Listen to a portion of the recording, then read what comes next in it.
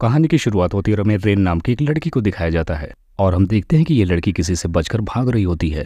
तभी हम देखते हैं कि कोई उसे अचानक से पकड़कर उसे वहीं जमीन में दफना देता है।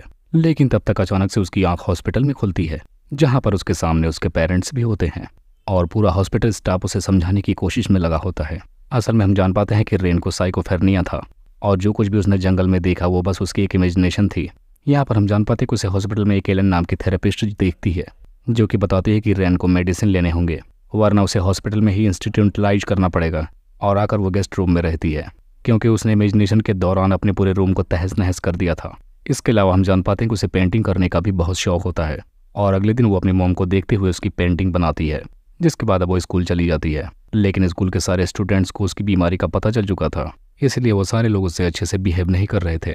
और उसी स्कूल में एक नया स्टूडेंट भी आया था जिसका नाम कैबिल होता है और ये लड़का रैन से दोस्ती करना चाहता था, लेकिन उसे रैन की कंडीशन के बारे में ज़्यादा कुछ पता नहीं था।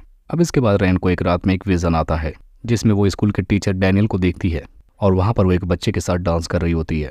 तभी रैन अचानक से उठ जाती है और घबरा जाती है, जिसके बाद अब फिर से उसके पेरेंट्स आकर उसे संभालते हैं। अब अगली सुबह वो और उसके फादर मैकोनेल के घर पे जाते हैं, जो कि उनके पड़ोस में ही रहती थी, और वह उनसे इस बच्ची के बारे में पूछने लगते हैं, लेकिन उन्हें कुछ भी पता नहीं चलता। लेकिन अब भी रैन को शक होता है, इसलिए जब भी वो स्कूल में मैकोनेल को देखती है तो हेलुसिनेट करती है कि मैकोनेल एक मॉन्स्टर है और इसी वजह से वो डर के मारे स्कूल से भाग जाती है। अब उसे भागते हुए केबिल देख लेता है, तब उसे सहारा देता है, जिसके बाद अब रैन उसके साथ अपने डर को शेयर करती है और उसे बताती है कि मैकोनेल ने एक बच्चे को किडनैप करके रखा हुआ है। इसलिए वो दोनों बातचीत करने के बाद अब मैकोनेल के घर पर जाते हैं, लेकिन बहुत ढूंढने के बाद मैकोनेल के घर पे उन्हें कुछ भी नहीं मिलता और तब तक वहाँ पर मैकोनेल भी आ जाती है, जिसे देखकर डर के मारे वो वहाँ से भाग जाते हैं। और इस बात से अब केबिल भी डर जाता है क्योंकि रैन को भी नहीं पता था कि केबिल उनकी स्कूल की पड़ोसी टीचर है। अब इसके बाद वो दोनों नॉर्मली घूमने के लिए जाते हैं, लेकिन अभी भी रैन के दिमाग में वही बच्ची चल रही होती है। अब इसके बाद ये दोनों एक मूवी भी देखने के लिए जाते हैं जिसमें रैन उस बच्ची को देखती है और पहचान लेती है। अब इतना देखने के बाद रैन पानी पीने के लिए जाती है, तभी स्कूल हाल में उसे एक क्लासमेट रोती हुई दिखाई देती है। अब रैन उसके पास जाकर उसे सहारा देने का सोचती है, लेकिन वो लड़की उल्टा रैन के बारे में उल्टा सीधा उसकी बीमारी के बारे में बोलने लगती है और इस तरह से केबिल को भी उसकी बीमारी के बारे में पता चल जाता है। लेकिन वो फिर भी रैन से नहीं भागता और उससे अच्छे से बात करता है और इसके साथ साथ वो उसकी बीमारी के बारे में और गहराई से जानने की कोशिश करता है। अब इसके बाद रैन घर आ जाती है और वो खुद से सवाल करती है क्योंकि उसे केबिल कुछ ज़्यादा ही परफेक्ट लगता था और उसे अब लगने लगा था कि केबिल कहीं उसका इमेजिनेशन तो नहीं, क्योंकि इस बीमारी में पेशेंट को पता नहीं चल पाता कि आखिर क्या सच हो रहा है क्या गलत। अब अगले दिन हम देखते हैं कि क्लास के दौरान रैन उसी बच्चे की स्केच को ड्रॉ करती है और क्लास खत्म होने के बाद वो उसे मैकोनेल को दे देती है, जिसमें वो खुद को एक बच्ची के साथ देखती है। उसी रात केबिल और रैन दोनों मैकोनेल के घर पर जाने की कोशिश करते हैं, लेकिन यहाँ पर मैकोनेल रैन को घुसते हुए देख लेती है, तब वो दोनों वहाँ से भाग जाते हैं।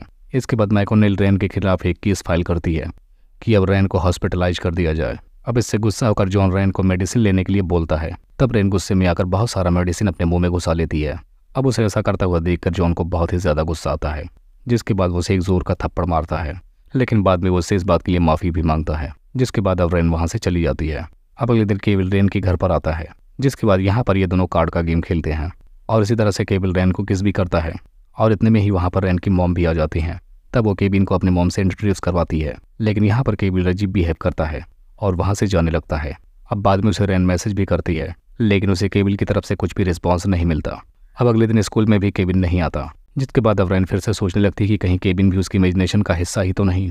अब इसके बाद रैन अपने थेरेपिस्ट के ऑफिस में जाती है तो वहाँ पर उसकी थेरेपिस्ट भी नहीं होती है, जिसके बाद अब रैन भागकर एक सेमेट्री में जाती है और उसी वक्त उसे एक एंजल का स्टेशन दिखता है जिसकी आंखों से खून निकल रहा होता है और इतना देखकर रैन घबराकर घर वापस भाग जाती है।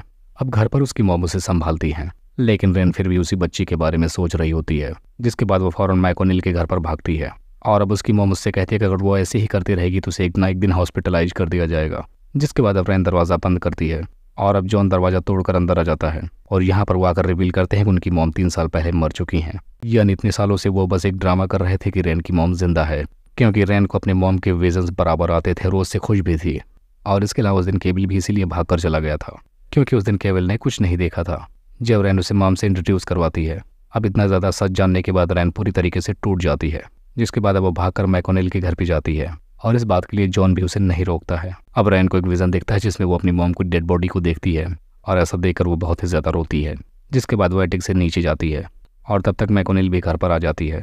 तब रैन छुपकर बेसमेंट में चली जाती है और वहाँ पर वो नीचे गिर जाती है, जिसके बाद उसे वहाँ पर फिर से हेलुसिनेशन आने लगता है लेकिन इस बार वो अपने हेलोसिलेशन को बहुत जल्दी रिकवर कर लेती है और आखिरकार वो बेसमेंट में उस बच्ची को देख लेती है। अब यहाँ पर रेन उसे फ्री करने की कोशिश करती है, लेकिन तब तक वहाँ पर मैकोनिल भी आ जाती है, जिसकी वजह से रेन भी केज के अंदर चली जाती है।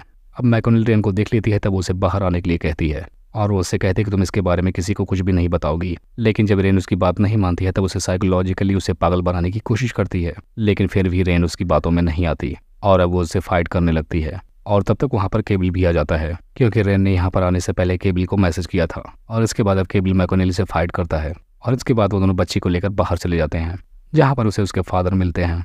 अब जॉन को भी रेन की बातों पर यकीन हो जाता है और आखिरकार वो भी पुलिस को बुलाते हैं। अब पुलिस बच्चे को प्रोटेक्ट कर लेती है जब तक उसके बारे में पता नहीं चलता। वहीं केबल मैकोनिल से लड़ते हुए घायल हो जाता है, तब उसे एम्बुलेंस में ट्रीट किया जाता है और आखिरकार अब जाकर रेन को यकीन हो जाता है कि केबल रियल में है। अब अगले सीन में हम रेन को अपनी मदर के पास देखते हैं और वहां से वापस आकर वो अपने रूम में शिफ्ट हो जाती है, जिसे जॉन ने फिर से रिपेयर कर दिया था। अब आखिरी सीन में हम देखते हैं कि रेन बेड पर लेटी होती है और उसकी मॉम भी उसके बगल में लेटी हुई हैं। इससे ये साबित हो जाता है कि उसकी मॉम हमेशा उसके दिल में रहती हैं और दिमाग में भी। और इसी को दिखाते हुए इस मूवी का यहीं पर एंड हो जाता है।